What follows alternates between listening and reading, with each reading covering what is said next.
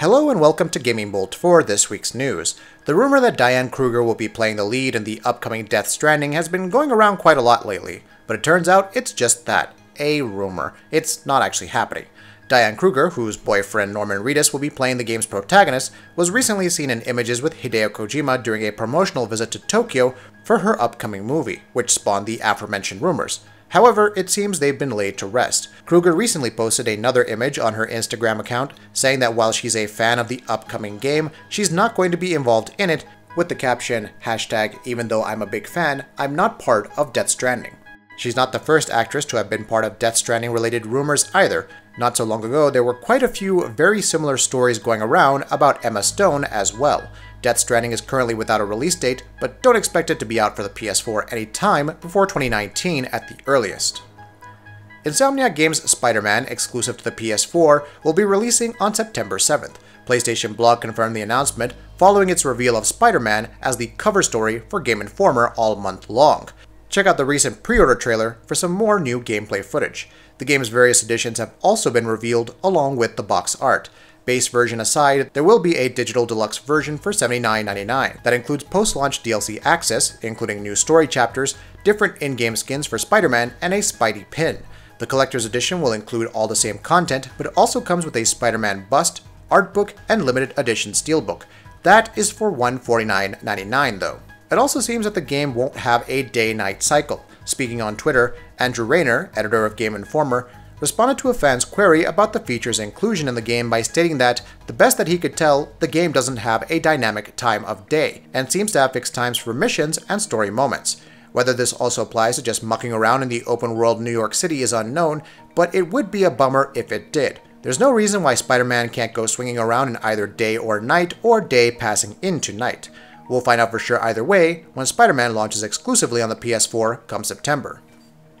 In other release date news, Activision has finally confirmed the existence of Spyro Reignited Trilogy, a collection of the first 3 Spyro the Dragon games remastered for current-gen hardware. An official trailer has been released showcasing Spyro as he hops, rolls, and burns his way through the opposition.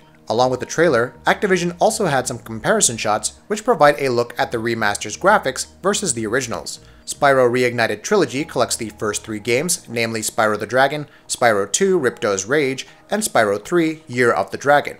Originally developed by Insomniac Games, which is currently working on Spider-Man for PS4, each game was critically acclaimed in the PlayStation 1 era. You can expect Spyro Reignited Trilogy to release on September 21st for PS4 and Xbox One.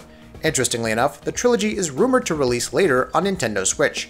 Perhaps it will hit PC later as well, much like Crash Bandicoot Insane Trilogy, which released for PS4 in 2017 and arrives this July for Switch, PC, and Xbox One.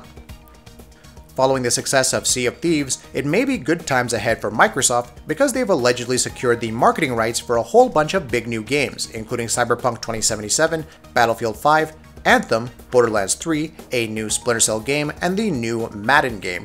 This list was revealed by the website Rectify Gaming. Furthermore, it's also rumored that the company has secured the marketing rights for The Division 2. This doesn't mean that these titles will be exclusive to an Xbox console. Rather, it means that Microsoft can advertise these games exclusively and they can promote their console by showing these games running on an Xbox One or Xbox One X. As of now, this is just a rumor, so take this information with a grain of salt. However, Rectify Gaming has been right with such leaks in the past, so this information may just turn out true.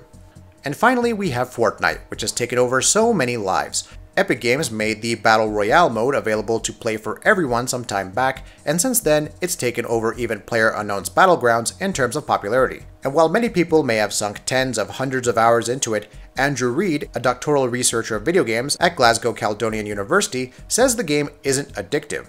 Reid calls Fortnite a truly engaging experience, saying that it's been created carefully to provide a different experience for every player every time they play it.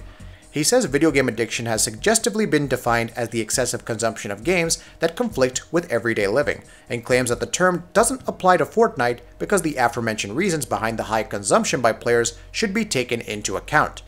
To do otherwise would be to stigmatize the medium as an evil to our society, he says, despite a growing portfolio of video games and research that reinforce the positive characteristics of play and interactivity.